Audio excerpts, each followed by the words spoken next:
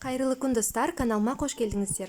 Назарларыңызға ашыған сүттен жасалатын креплидің рецептін ұсынамын. Өте дәмді болып шығады, міндетті түрде жасап көруге кеңес беремін.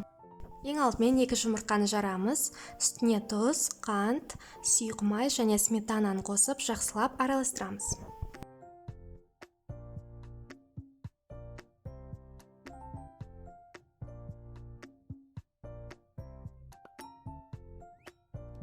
Аздап ашыған сүт құйып, оны да жақсылап араластырамыз.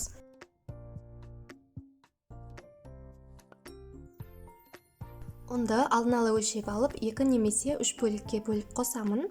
Мөлшерін төмендегі описанияда қалдырып кететін боламын. Енді қопсқышпен ашытқыны аз-аздан сеуіп, жақсылап араластырамыз.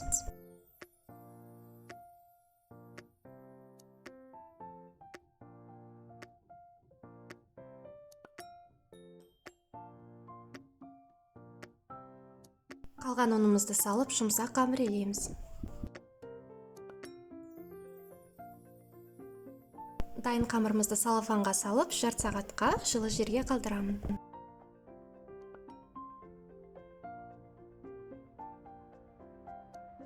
Қамырымыз үстелге жабыспау үшін алдын ала құрғақ ұн себемін.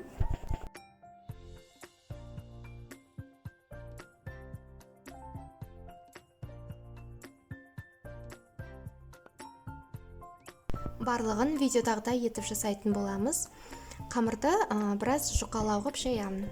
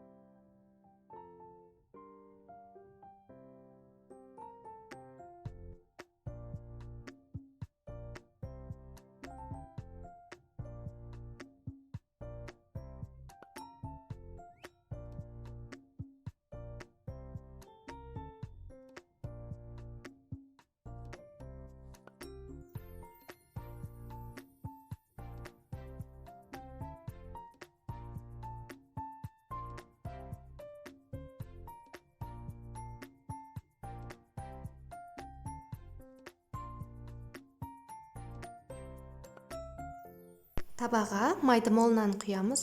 Жақсылап қызған кезінде 4-5 талдан салып, 2 жағында қызартып, қуырып аламыз. Мінекей достар, крепли дайын болды, өте дәмді болып шықты. Міндетті түрде жасап көріңіз. Сұрағыңыз болса, төмендегі комментарийға қалдырып кетсеңіз болады. Видео ұнаса лайк басып кетуді ұмытпаңыз. Келесі видеоға дейін сау болыңыздар.